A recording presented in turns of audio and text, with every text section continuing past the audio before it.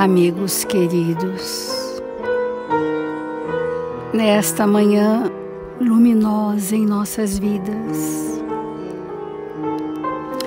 buscamos Jesus, nosso bom e amado Mestre, para juntos, Senhor, manifestarmos o nosso amor, a expressão divina que dorme em nós.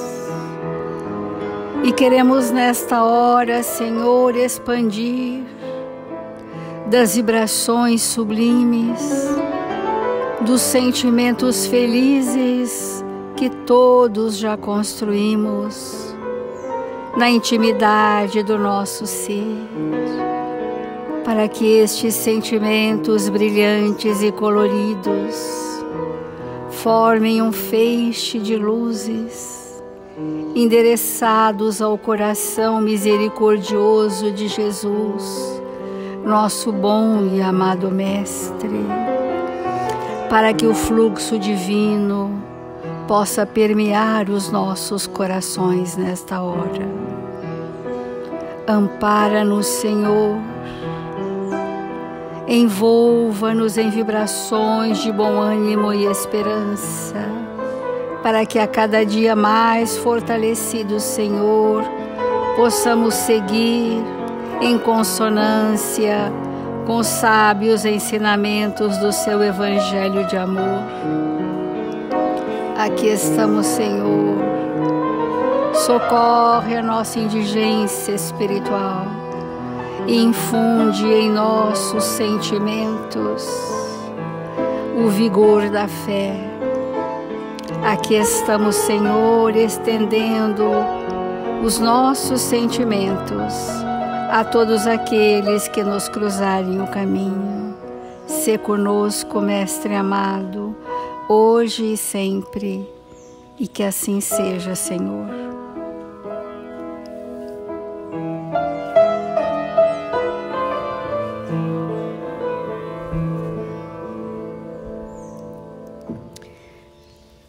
A nossa reflexão do Evangelho de hoje sobre a lei do amor diz assim: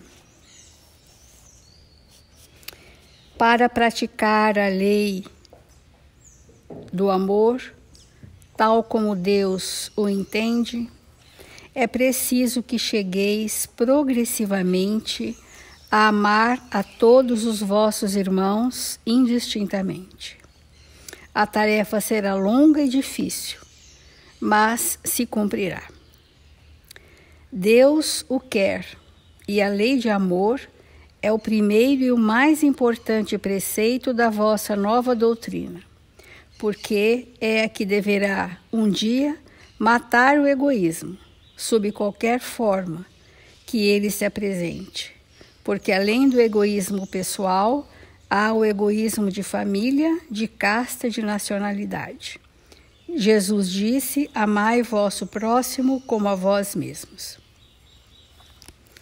O egoísmo, que é o contraste do amor, é nós acreditarmos ser mais do que somos. É nós acreditarmos na supremacia da nossa personalidade sobre os demais. É nós supormos que nossa forma de ver a vida é de algo superior às outras maneiras de se perceber a realidade da vida. Esse estado da personalidade expandida na forma do orgulho tem sido a cegueira do espírito para o amor.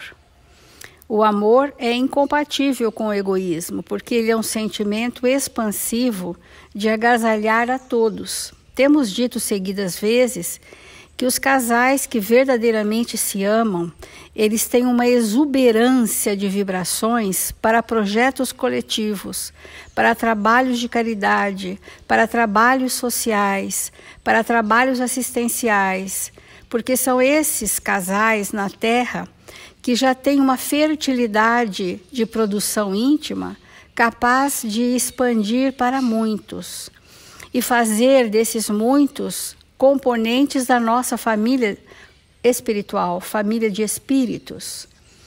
E quanto menos isso acontece entre os casais, mais restritivos é a convivência familiar, mais reduzido o número de pessoas que convivem com aquele ambiente, mais seletivos, exclusivistas, porque isto faz com que eles estejam no patamar de um engano de que nós somos melhores ou superiores, ou nos amamos só a nós mesmos e nos bastamos, e uma série de pensamentos equivocados próprios do que o Evangelho mostra como sendo o egoísmo a supremacia da nossa personalidade no que ela tem de pior. Assim sendo, as famílias que desenvolvem esse egoísmo de família ou de credos ou social, porque há também o egoísmo sociocultural, aquele que também te coloca num patamar diferenciado de outros patamares da evolução do espírito. Enfim, todo nível de desigualdade que o nosso olhar puder perceber ainda é fruto de um preconceito. O preconceito, amigos queridos, é nós termos como referência nós mesmos, é autorreferência. Eu, então, me privilegio como sendo uma pessoa com tais valores que, na verdade, não possuo, mas tenho a ilusão de possuir, e a partir desse crivo, eu interpreto a realidade. E isso é um preconceito, Nós temos, então, ideias preconcebidas arquisseculares. A gente atravessa 600, 700 anos com um pensamento característico que é um pensamento preconceituoso, que são pensamentos tomados em momentos sofridos ou traumáticos e que nós, então, congelamos aquela ideia fixa como sendo uma crença. E nós atravessamos. E a sociedade contemporânea em que vivemos, muitas vezes reforça aqueles padrões seculares de pensamentos, de preconceitos. Então, se o crivo é a autorreferência, o preconceito, eu vou julgar a partir do que eu acredito. Eu vou criticar a partir do que eu acredito ser o melhor, ser o certo. Todo julgamento, toda crítica, ela é ferina ao próximo, que é contrário à lei do amor, que é estar na compreensão, que é estar na compaixão, que é estar na piedade em relação uns aos outros, à dificuldade que nós apresentamos.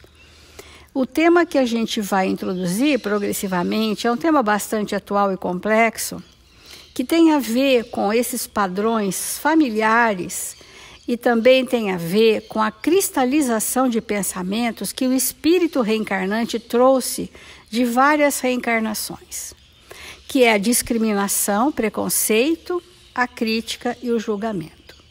Na infância, a personalidade da criança já demonstra as suas tendências no que se refere a julgar e criticar os seus amiguinhos que não são muito semelhantes a si mesmo. Isso não acontece? Nós vamos chamar de bullying, mas eu prefiro chamar em português de crítica. A crítica contumaz de uma criança em relação a outra criança ou de um adolescente em relação a outro adolescente que não tem o molde narcísico que eu tenho, que não cabe na forma que eu elaborei como sendo a melhor, eu vou julgá-lo e criticá-lo de uma forma irônica.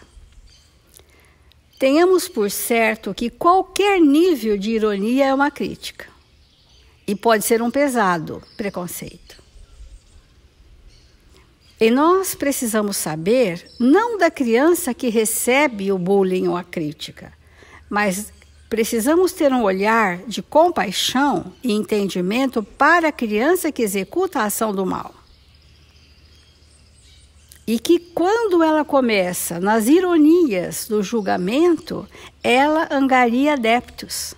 Outras crianças, por similitude, formam verdadeiros grupos de, entre aspas, ataque àquela outra criança que está um pouco fora daqueles padrões que convencionamos chamar de padrões adequados. Só que não. Somos todos espíritos, com experiências diferentes, com manifestações diferentes de personalidade, e é chegado o momento em que nós temos que abrir esse tema no relacionamento familiar para saber se aquela criança que tem a postura de julgar e criticar os seus amiguinhos, se ela tem recebido do seu lar o Evangelho de Jesus no que se refere à compaixão, à tolerância, como que é respeitar o que é diferente, que o diferente não é melhor nem é pior, só é diferente. Essas diferenças precisam ser acolhidas nos nossos sentimentos. Se os nossos pais sempre agiram assim com todas as pessoas da sua convivência, por certo, aquela criança não terá essa expressão ferina de criticar, julgar, humilhar muitas vezes, a ponto de causar graves problemas emocionais nas crianças que recebem o julgamento e a crítica dos outros. E muitas vezes também os pais da criança que está vitimizada pelas críticas ficam impotentes em saber como fazer, pedem que as escolas ou que a sociedade modifique seus padrões, quando isso é na individualidade, é no lar, naqueles casais ajustados que têm trabalhos no bem constante e que angariam para si a companhia de pessoas diferentes, aquela criança vai se acostumar à diversidade e vai entender que aquele é apenas um amigo a mais que às vezes se comporta diferente, que às vezes tem uma fisionomia diferente, uma etnia diferente, muitas vezes é uma etnia, são traços genéticos diferentes, às vezes são ligados à questão estética, que às vezes não está dentro dos padrões estéticos habituais que a modernidade dita como padrão para nós. Então isso tem sido um tema que eu gostaria de nós entrarmos por alguns dias para conversarmos mais profundamente se nós adultos também não fazemos isso com as pessoas, mas só que veladamente. E se fazemos com as pessoas veladamente, não na presença dela, esquecemos que somos espíritos e que os nossos pensamentos geram imagens e que essas imagens cheias de vibrações estão sendo direcionadas àquela pessoa e aquela pessoa vai receber essas emanações e vai reagir conosco porque registrou em si as suas dificuldades. Vamos só fechar com uma frase de Jesus, segundo Lucas: não julgueis e não sereis julgados, não condeneis e não sereis condenados, soltai e soltar-vos-vosão. É Jesus, segundo Lucas, capítulo 6, versículo 37.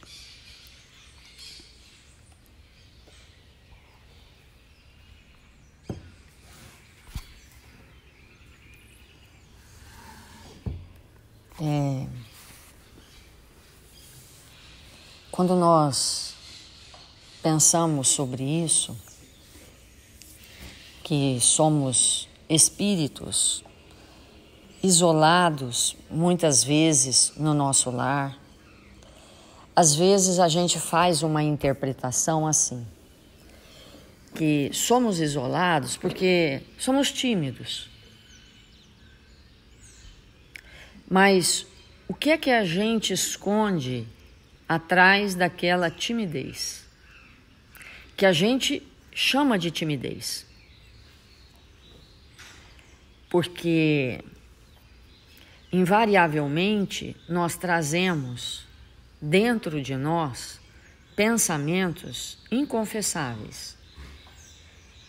Ou porque nós nos julgamos superiores, ou pelo dinheiro, ou pela inteligência, ou pelo poder, ou pelo que seja que nós valorizemos, E aquilo, com o tempo, vai se tornando, na intimidade do espírito, um conceito. Eu me basto. E muitas vezes esse conceito vai se intensificando assim: os meus me bastam.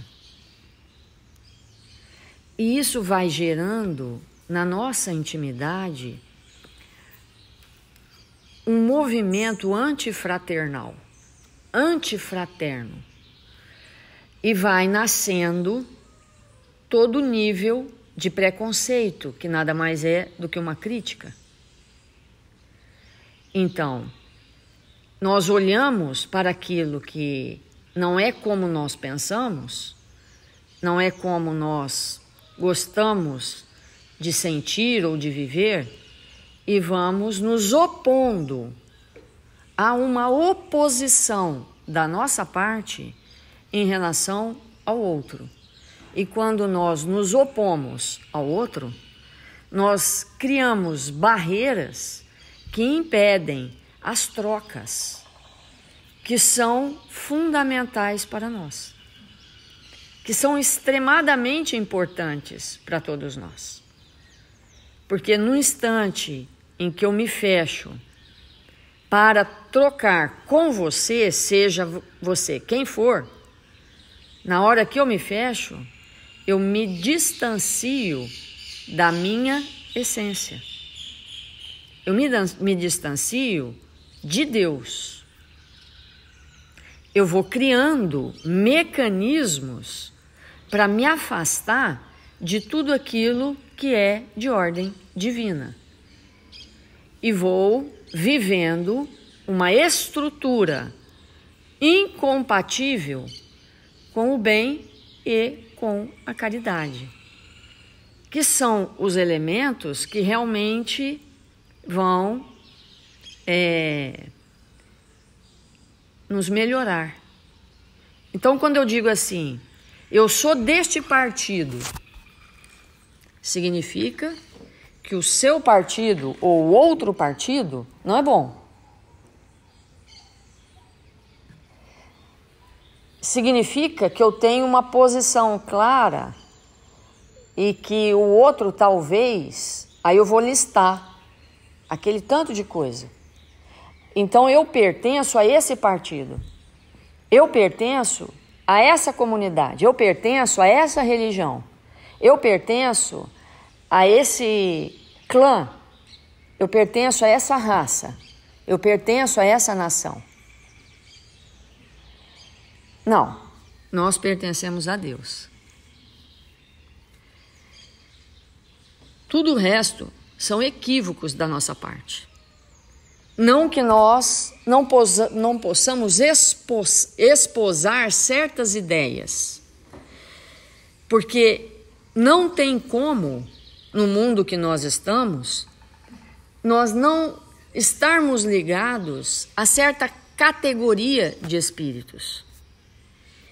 Isso nós vamos ver em toda a história da humanidade. Então, existem aqueles espíritos que estão ligados à categoria dos músicos. Então, por milênios, eles se buscam, por milênios eles nascem próximos, desenvolvem juntos, estabelecem aqueles movimentos importantíssimos para desenvolver no espírito aquela habilidade, aquela sensibilidade. Milênios e milênios, aqueles espíritos se agrupam. Mas, contudo, entretanto, nós não podemos viver só de música, só de matemática, só de poesia, só de ciência, só de religião, né? Nós somos espíritos pluridirecionados. E quanto mais nós nos misturarmos uns com os outros, mais nos enriquecemos.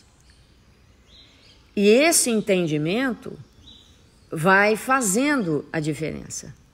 Então, conviver com alguém que é belíssimo, conviver com alguém que foge completamente dos padrões de beleza, conviver com alguém que é altamente intelectualizado e com outro que só entende uma linguagem do sentimento ou até das emoções, é extremamente enriquecedor.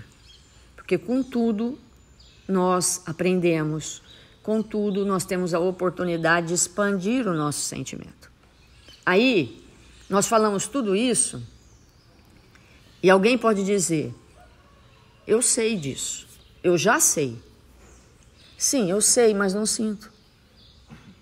Nós temos um jargão, nós em humanidade nesse tempo, alguém começa a falar conosco alguma coisa, a gente fala, eu já sei. Não, isso aí eu já sei. Essa palavra, eu já sei, né? Ela é pronunciada por nós de uma maneira imprevista, de uma maneira corriqueira, todo o tempo todo. Alguém começa, a gente fala, eu já sei. Às vezes a pessoa não vai nem dizer aquilo que a gente já sabe, a gente não dá nem a chance. Então, tudo isso que nós estamos falando, certamente nós já sabemos, só não sentimos, mas já sabemos, não é? Então, quando é que nós vamos mudar esse discurso de quando alguém vem falar uma coisa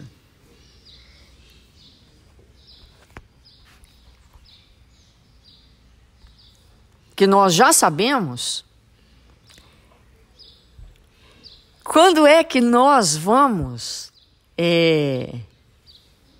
alterar esse padrão e modificar a nossa forma de expressar, e quando o outro vier dizer uma coisa que eu já sei, então, o que significa? Essa pessoa veio tentar ser uma motivação para que eu sinta o que eu já sei. Porque se está falando de novo, se ela está falando, se o outro está falando, se o outro lá atrás está falando, se milhares de pessoas falam a mesma coisa daquilo que eu já sei, que significado tem isso? Porque tantas pessoas diferentes chegam até mim para falar daquilo que eu já sei.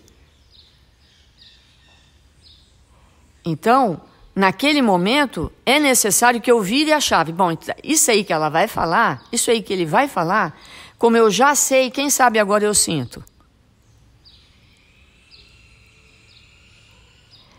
Esse movimento que nós temos que fazer com a nossa alma é um movimento muito importante.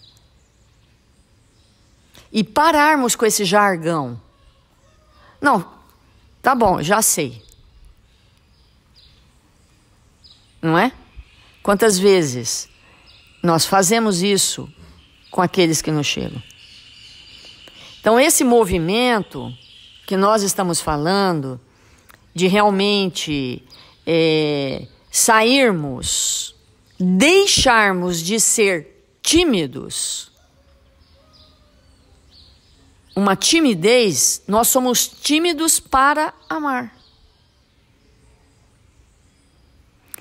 Porque no fundo, nós não compreendemos muitos dos comportamentos daqueles que chegam até nós com pensamentos completamente diferentes. E que não alinham com aquilo que nós acreditamos ou que já aprendemos. Mas ele não é só aquilo. Ele não é só aquela característica. Ele é um espírito eterno como nós mesmos. E ele traz tesouros dentro dele que nós precisamos ficar atentos para sentir o que ele trouxe. E sair de uma carapuça.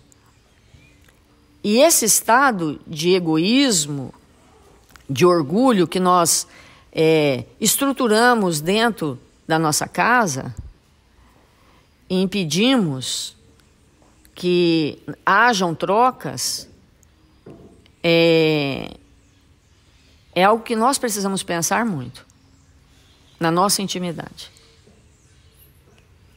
Porque esse nível de preconceito que os lares vivem de maneira velada, que ninguém fala nada, mas que interfere no psiquismo das crianças e dos jovens, que serão adultos no futuro, é muito intenso.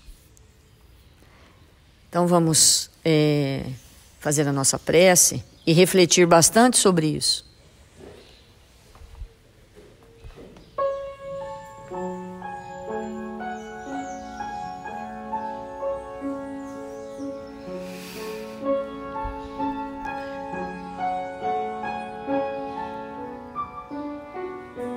Senhor Jesus,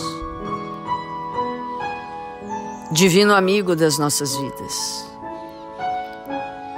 nós nos encontramos aqui, desejosos de aprender mais e mais as Tuas lições de vida eterna. Que possamos nesse momento nos entregarmos com alegria e bom ânimo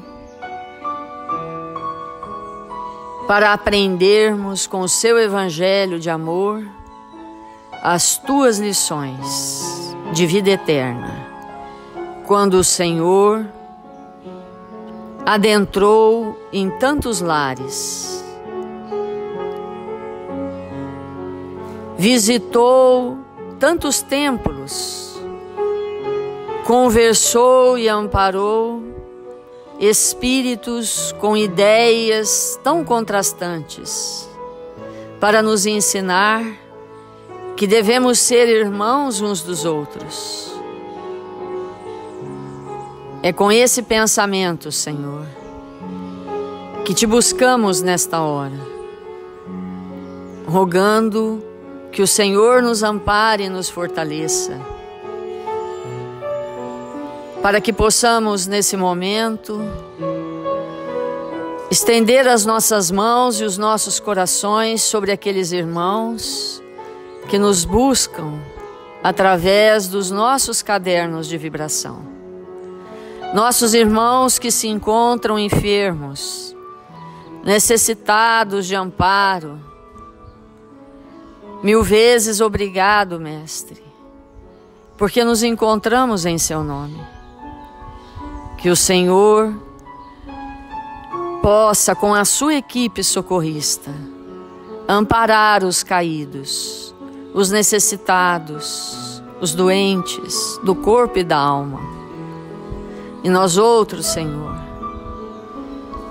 desejosos de orarmos pelo nosso país, por todos os países da terra, Senhor, mas em especial pelo Brasil,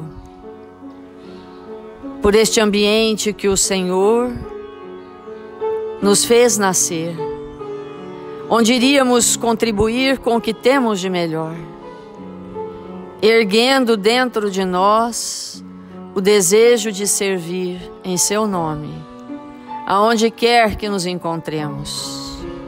Ampara-nos e fortalece-nos, Senhor, todos os dias da nossa vida. Que o Senhor abençoe todos os lares, todas as famílias, todos os espíritos que habitam a terra, para que em breve tempo, Senhor, este planeta azul se transforme numa morada feliz. Que o Senhor nos abençoe, agora e sempre. Que assim seja.